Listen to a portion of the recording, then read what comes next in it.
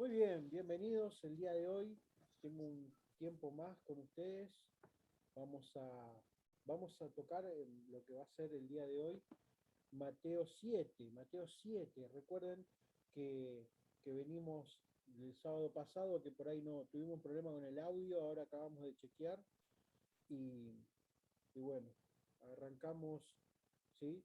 ¿Cómo terminamos la clase pasada? La clase pasada terminamos con el versículo 33, más buscar primeramente el reino de Dios y su justicia y todas las cosas os serán añadidas. Así habíamos terminado, ¿sí? Que el reino de Dios va a ser añadido, todo lo que nosotros tengamos necesidad va a ser añadido a través de la prioridad que le demos al reino. Ahora, hoy vamos a entrar en el capítulo 7 de aquí de Mateo, ¿sí? Ahora, vamos a encontrarnos con un montón de particularidades y varias particularidades en este capítulo, principalmente por el no juzgar. Me he encontrado a lo largo de mi vida cristiana muchas veces con hermanos en la fe a los cuales por ahí se le llamaba la atención o por ahí en el círculo íntimo de tu casa, por ahí uno le dice, no, Marcela, no tenés que hacer esto, o Mauro, mi hijo, no tenés que hacer tal cosa, y te encontrás con la respuesta, no tengo que ser juzgado. La palabra de Dios dice, no juzguéis, porque de la misma manera que vos juzgás, vas a ser juzgado. Y vamos a interiorizarnos en lo que verdaderamente dice este versículo. ¿Sí? Si bien muchos cristianos lo usan como excusa para encubrir sus pecados, vamos a encontrar el sentido primordial que tiene esto. Está totalmente sacado de contexto. Cuando un cristiano lo toma para decir, vos no me tenés que juzgar. Mirá lo que dice la palabra de Dios. Dice, no juzguéis para que no seáis juzgados, porque con juicio con que juzgáis seré juzgado y con la medida que medís serás medido. Dice el versículo 3. ¿Y por qué mirás la paja que está en el ojo de tu hermano, ¿sí? Y no echás a ver la viga que está en tu propio ojo? ¿O cómo dirás a tu hermano, déjame sacar la paja de tu ojo y he aquí la viga en el tuyo? Ahí hay una viga en el tuyo, o sea, está hablando de algo tan tremendamente grande en mi ojo que me va a ser imposible que yo pueda sacar una, como dice la palabra de Dios, ¿sí? Sacar eh, una espina, ¿sí? Una paja, algo pequeño del ojo de mi hermano. ¿Cómo puedo sacarlo si tengo una viga?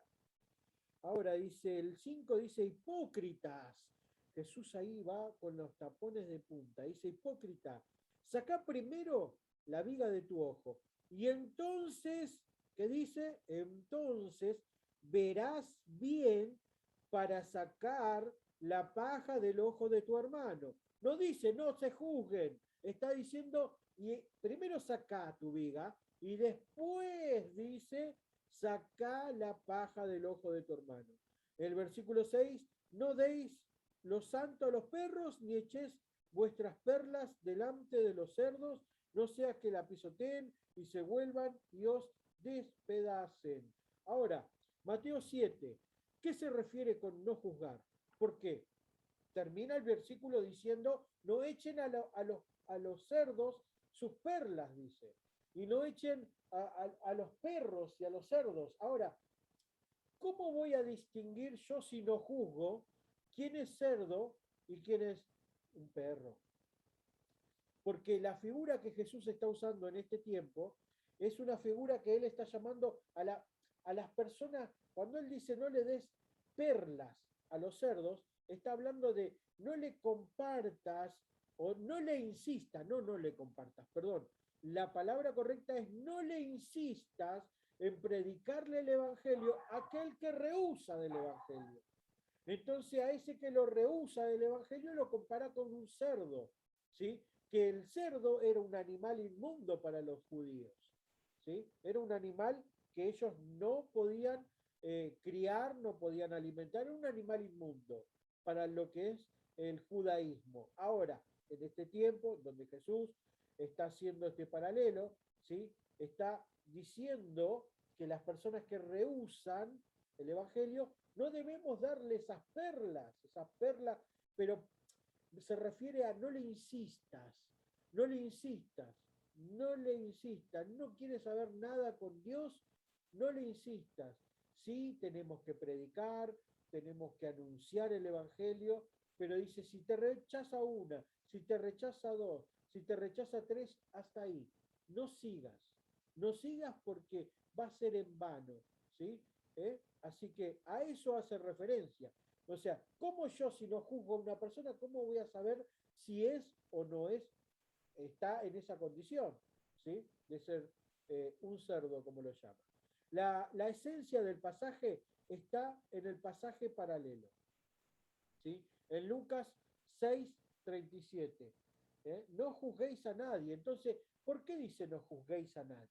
Primero y principal, quiero decirles que acá el no juzguéis es no juzguéis para condenación. Pará, Lucas, pero acá no lo dice. Acá no dice que no tengo que juzgar para condenación. Por eso él compara a Jesús a lo último y ingresa y habla acerca de los cerdos. ¿Por qué? Porque está hablando de anunciar el Evangelio. Entonces, ¿por qué? Ahora entiendo por qué dice no juzguen. ¿Por qué dice no juzguen? Porque no debemos juzgar de condenación. Esa palabra es no condenes. Esa es la palabra. No debemos nosotros condenar a nadie. ¿Sí? ¿Por qué no debemos condenar a nadie? Tiene que ver con decirle a nadie, vos te vas a ir al infierno. Nosotros no somos quienes para decirle a las personas, vos te vas a ir al infierno por tal o por cual cosa. No estamos en esa capacidad y es lo que Jesús está relatando en estos versículos. Nosotros no sabemos lo que haya en el corazón de las personas. Eso solo lo sabe Dios. Y ahora, ¿por qué digo que este versículo? ¿Recuerdan que yo les enseñé en unas clases anteriores acerca de los evangelios sinópticos? Los evangelios sinópticos, ¿sí? Eran Mateo, Marcos, Lucas. Mateo, Marcos, Lucas. Sinópticos, ¿se acuerdan de esa imagen que tenía los ojos grandes, sinóptico? ¿Qué significa los evangelios sinópticos? Un evangelio sinóptico que está visto por la misma óptica, significaba. Que están vistos por la misma óptica. ¿Para qué sirve un evangelio sinóptico? ¿Para qué sirve saber que el evangelio es sinóptico? Para esto, para contextualizar la palabra de Dios. Y hoy voy a tocar dos ejemplos. Este de no juzgar va a ser el primero. Por eso decía que les voy a leer Lucas 6, versículo 37. Está hablando de lo mismo Lucas, pero Lucas entra un poco más en el tema, y miren lo que dice Lucas 6, versículo 37, dice, no juzguéis y no seréis juzgados, no condenéis, dice Lucas, y no seréis condenados, perdonad y serás perdonado. ¿Ves que acá la palabra bien lo aclara? Lucas aclara acá que está hablando de juzgar a los demás, pero para condenación. Nosotros no somos quienes para decir quién es salvo y quién es no.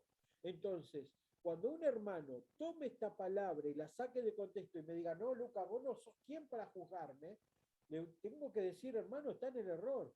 La palabra de Dios no dice eso. La palabra de Dios no dice que yo no te tengo que juzgar, ¿sí? ¿Por qué? Ahora, luego vamos a explicar por qué es necesario que yo juzgue a mi hermano en la fe.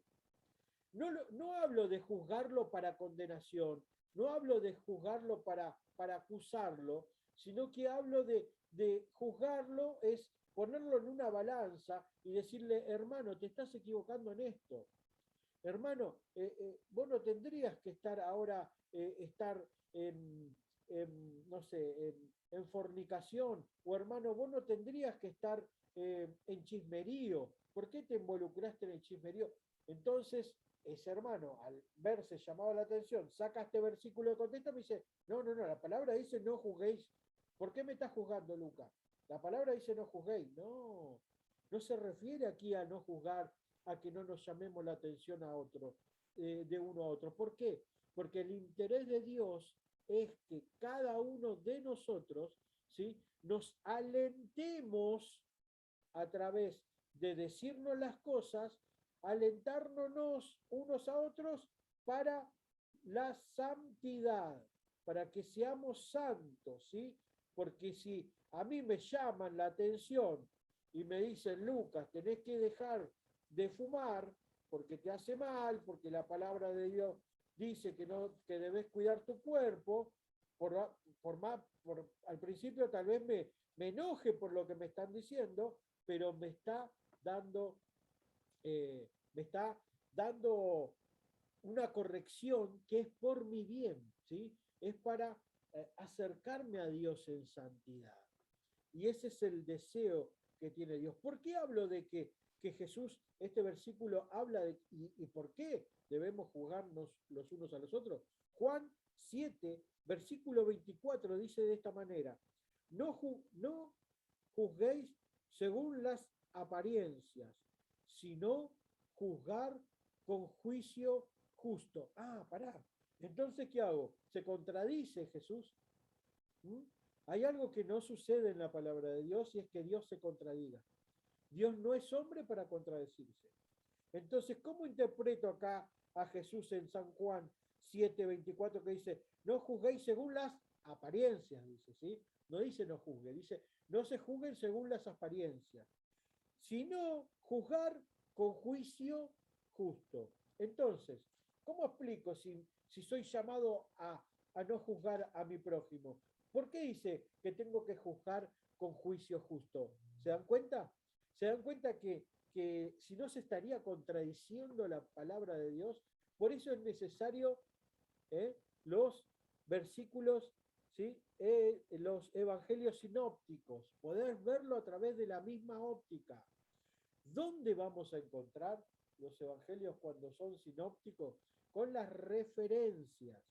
Ve que aquí abra su Biblia, dice no juzgar, el principio del versículo, dice capítulo Mateo 7, y entre paréntesis voy a encontrar, esto se llama concordancia. La concordancia me está dirigiendo a Lucas 6, 37, 38. Y si no, al 41 y 42 también de Lucas. Entonces, eso me está declarando de que ese mismo contexto se está tocando Lucas en estos versículos. ¿Por qué? Porque es un evangelio sinóptico. Entonces, ahora encuentro en que, recuerdan que cada escritor del evangelio era para determinado público, y esa escritura que era para determinado público iba a tener características específicas para el pueblo en el cual se lo escribía, ¿sí?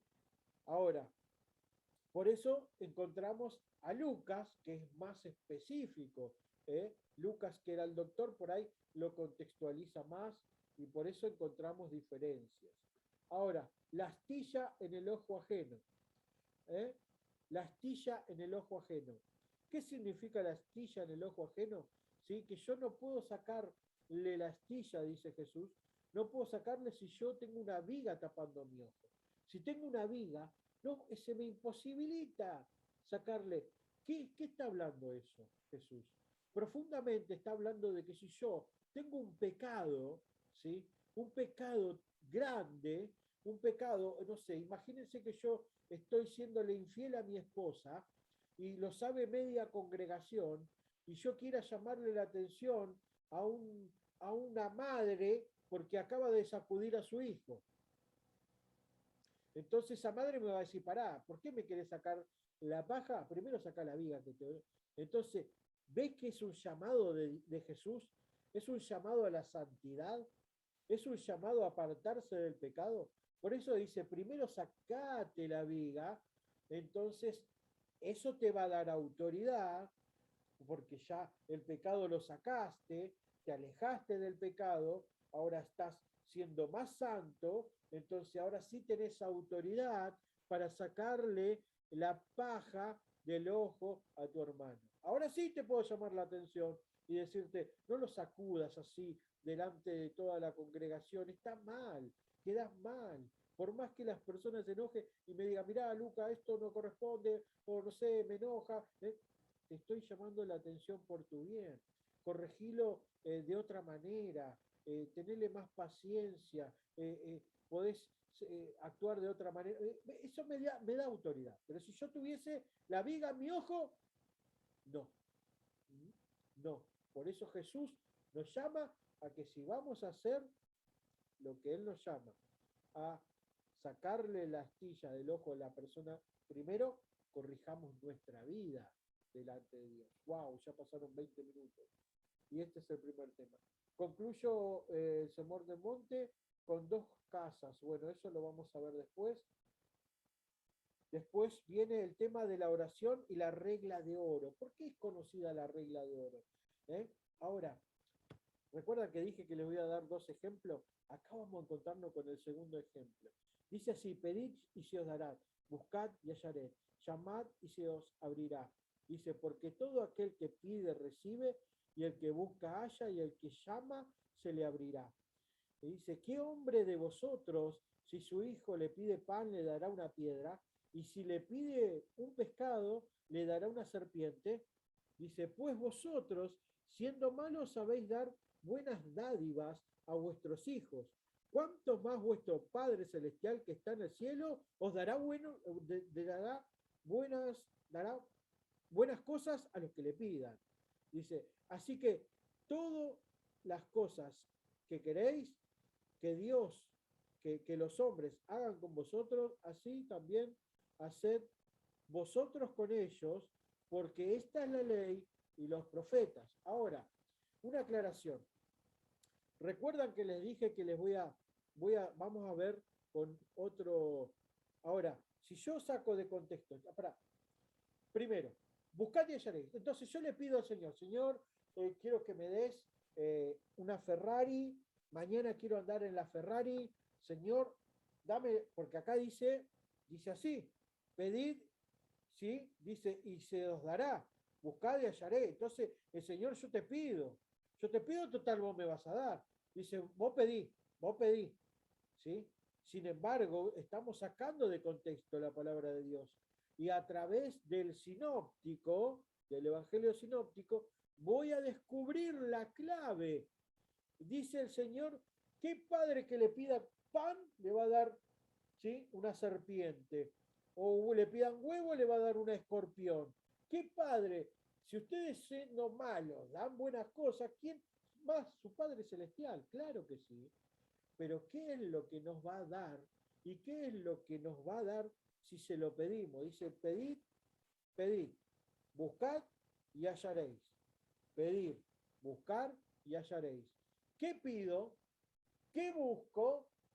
¿Qué hallo? ¿A qué se refiere? Yo quiero saber lo que pido, pues yo quiero saber lo que busco y yo quiero saber lo que hallo. Porque está dando algo concreto, lo vas a hallar. ¿Y a qué se refiere entonces? ¿Saben cómo vamos a sacarnos la duda? Leyendo Lucas 11, versículo 13. Lucas, versículo 11, capítulo 11, versículo 13. 11, 13. Mire lo que dice. Pues si vosotros, siendo malos, dice Lucas, sabéis dar buenas dádivas a vuestros hijos, cuánto más nuestro Padre Celestial les dará el Espíritu Santo a los que se le pidan, dice Lucas. Ahora entiendo. Entonces no es la Ferrari. No le pido la Ferrari y no me la da. Ahora entiendo qué es lo que me va a dar. Ahora entiendo lo que voy a hallar, ¿sí? Y lo que el Señor le voy a pedir, lo que el Señor me va a dar, ¿sí? Y lo que voy a verdaderamente hallar. ¿Qué? El Espíritu Santo. Ahora sí, una palabra bien puesta en contexto.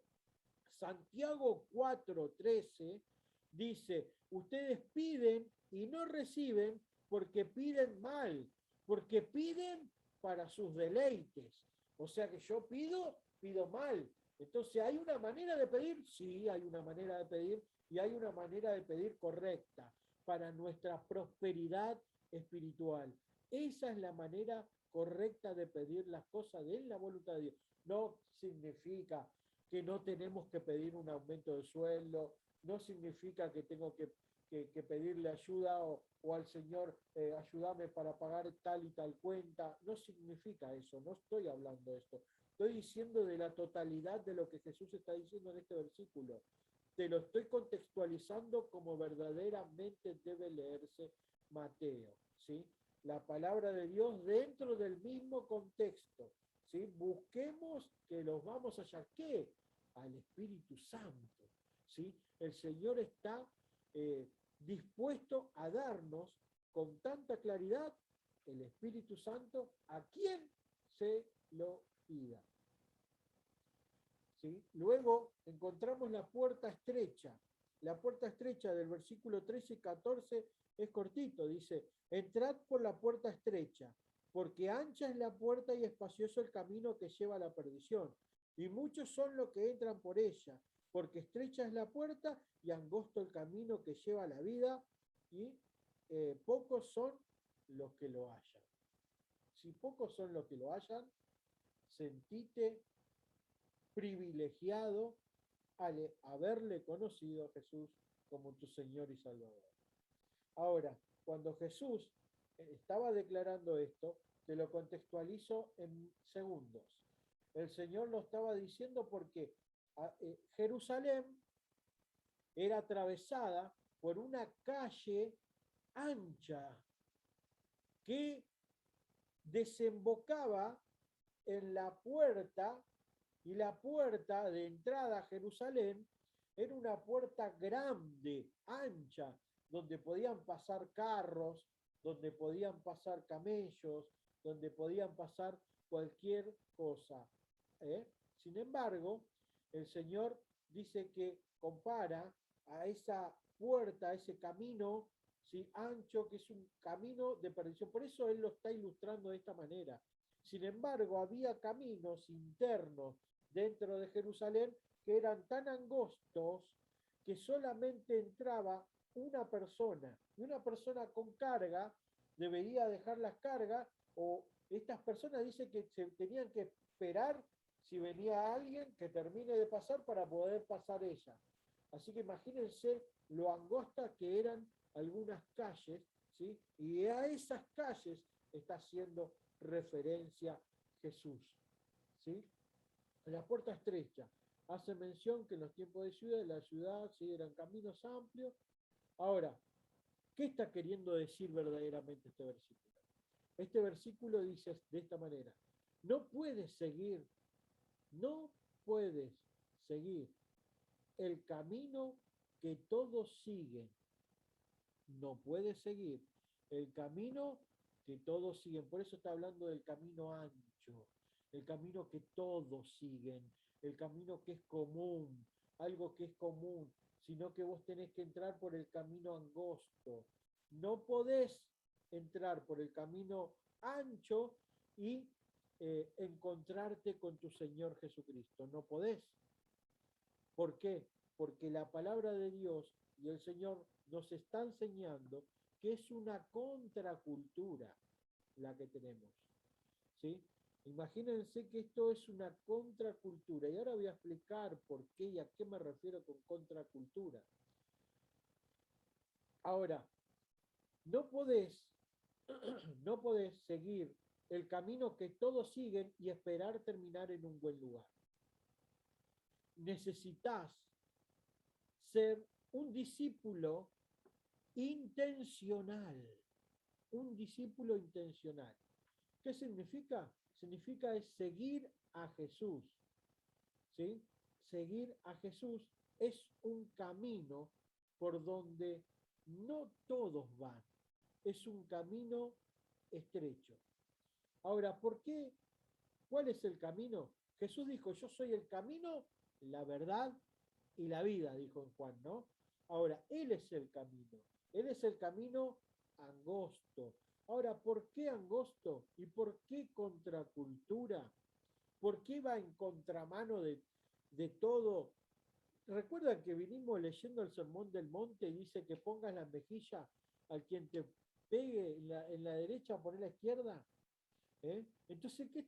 Es una contracultura, es algo, es angosto el camino. ¿Por qué? Porque es angosto porque cuesta, no es ancho por donde van todos. ¿Sí? El mundo que te dice, no, te golpeó, golpeale más fuerte, te dicen. Te estafó, estafalo también. Te robó, robale también. Eso es lo que el mundo piensa. ¿Te engañó tu esposa? Engañala también. ¿Te está dando derecho? Engañala. Sin embargo, los hijos de Dios, los discípulos de Jesús, no actuamos de esa manera.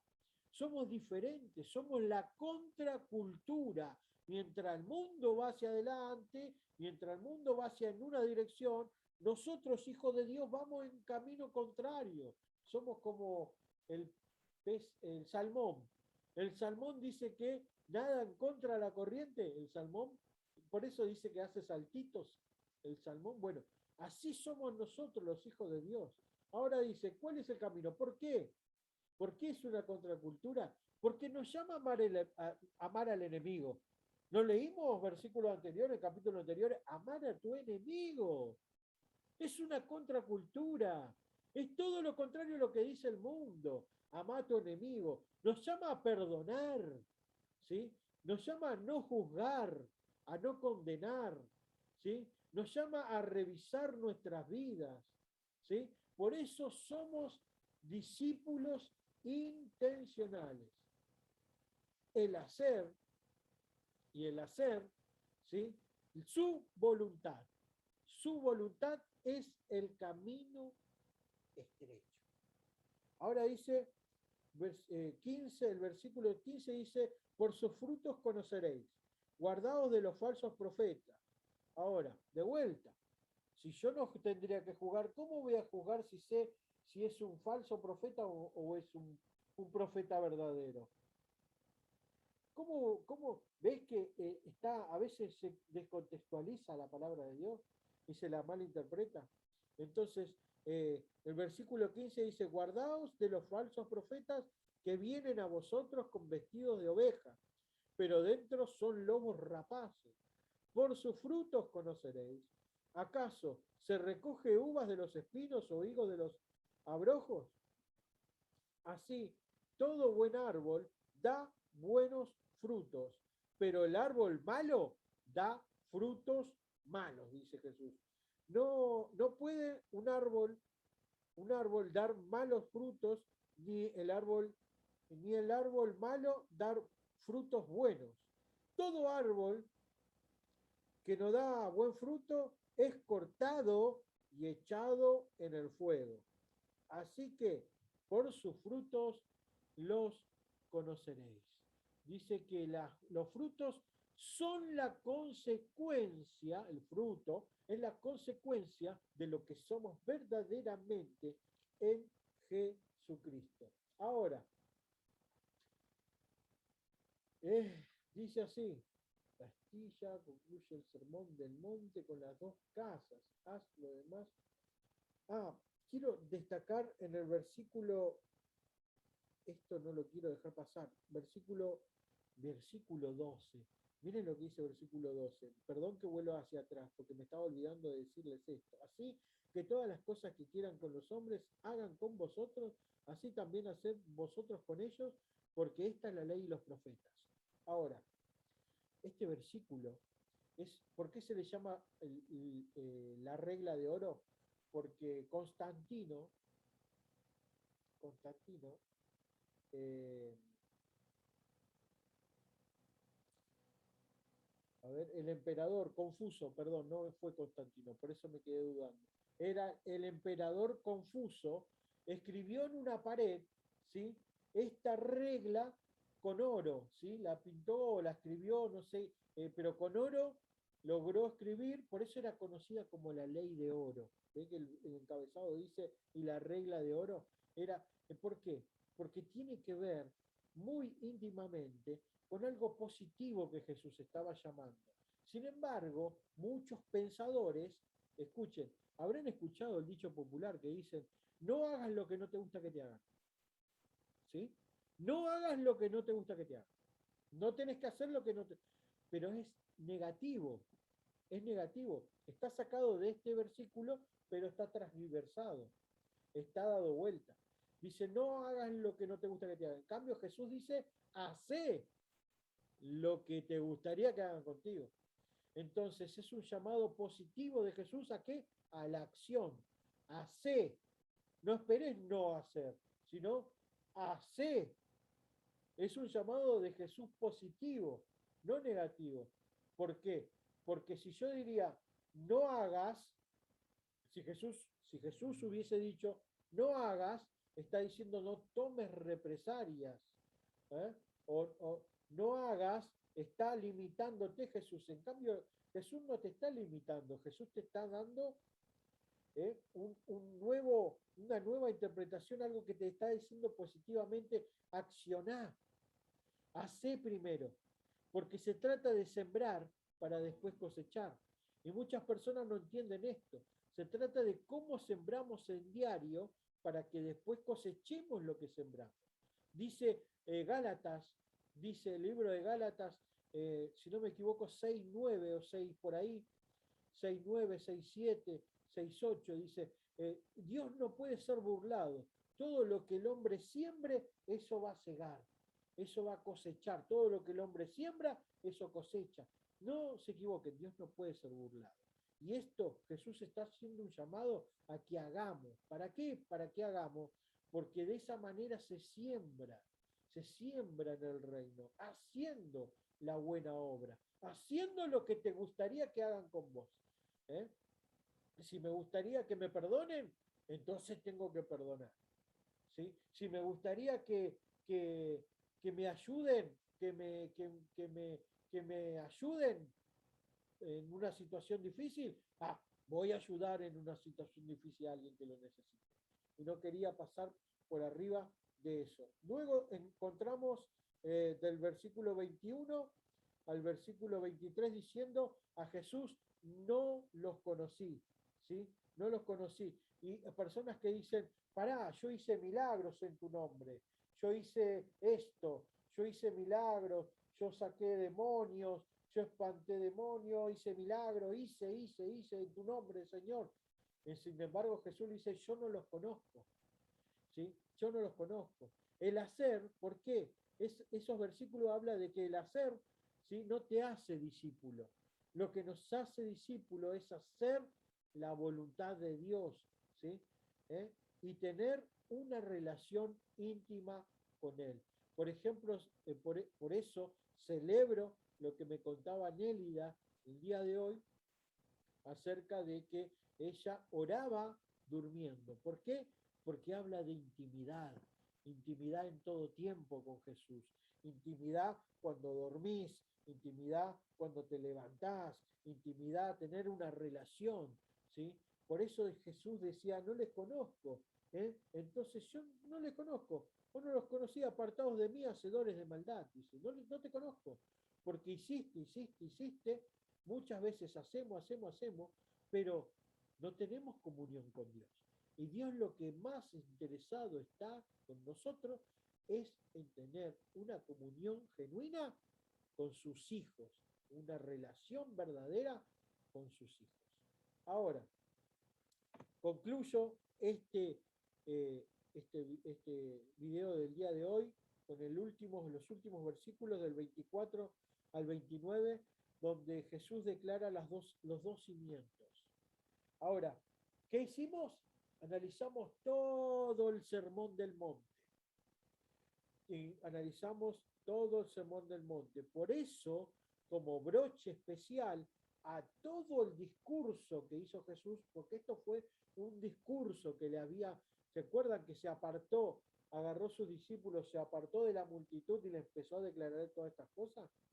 Entonces, el Señor dice esto, cualquiera pues que oye estas palabras, ¿qué palabras? Las del Sermón del Monte que viene diciendo, ¿sí? Y le compararé con un hombre prudente que edificó su casa en la roca. Descendió la lluvia, vinieron ríos, soplaron vientos, golpearon contra aquella casa y esa casa no cayó, porque fue fundada en la roca. Pero cualquiera que oye estas palabras, si no las hace, le compararé a un hombre insensato que edificó su casa, ¿dónde? Sobre la arena. ¿Quién puede construir sobre la arena? Construye algo que es visible para afuera, pero por dentro no tiene cimiento. En cualquier momento, dice, desciende la lluvia, vinieron los ríos, soplaron los vientos, se dieron con mucha ímpetu contra aquella casa y dice que se cayó. Y fue grande su ruina. Cuando terminó Jesús estas palabras, la gente se admiraba de su doctrina porque Jesús enseñaba como quien tiene autoridad. ¿Por qué tenía autoridad Jesús? Porque era Dios mismo hablando y porque verdaderamente lo que decía impactaba la vida de las personas, los hacía reflexionar. Entonces, por eso enseñaba como quien tiene autoridad. Ahora, el Sermón del Monte, ¿sí? Concluye el Sermón del Monte con dos casas, una en una roca y otra en la arena. Ahora, es esencial lo que Jesús está dándole el broche y el cierre indicado, ¿sí? ¿Qué vamos a hacer con lo que escuchamos? ¿Qué vamos a hacer de ahora en más con lo que recibimos, con lo que aprendemos de Jesús? ¿Vamos a ponerlo por obra o solamente vamos a escuchar y llenarnos y decir qué lindo todo lo que dijo Lucas el día de hoy? Buenísimo, es hermoso, me llena el corazón, me pega en el espíritu, está bueno. No se trata de eso, no se trata tan solo de ser oidores, se trata de ser hacedores. ¿Qué me refiero a ser hacedores? Hacer lo que Jesús nos enseña. Entonces Jesús nos llama y nos compara que vamos a ser hombres prudentes. Cada uno que oye y hace lo que Jesús manda, nos llama prudentes. Van a venir tiempos difíciles, pero vamos a estar parados en la roca. ¿Sí? De eso se trata, hermanos. ¿Sí? Pongan la palabra de Dios en obra, porque esto tiene poder cuando lo pongo por obra. Si yo esto lo leo, lo aprendo, está todo bien, listo, quedo ahí, como un libro más. Pero si yo esto lo pongo por obra, empieza a haber un poder sobrenatural sobre mi vida incalculable. Así que es hora de que como hijo de Dios podamos poner las palabras de Jesús por obra. ¿Sí? En cualquier momento se me corta, pero nada, los bendigo y ahora sí los esperaré el día sábado próximo, ¿sí? Vía Zoom, ¿sí? Volvemos a la normalidad del Zoom. Estos 2 días se van a encontrar con el problema este que tuvimos eventos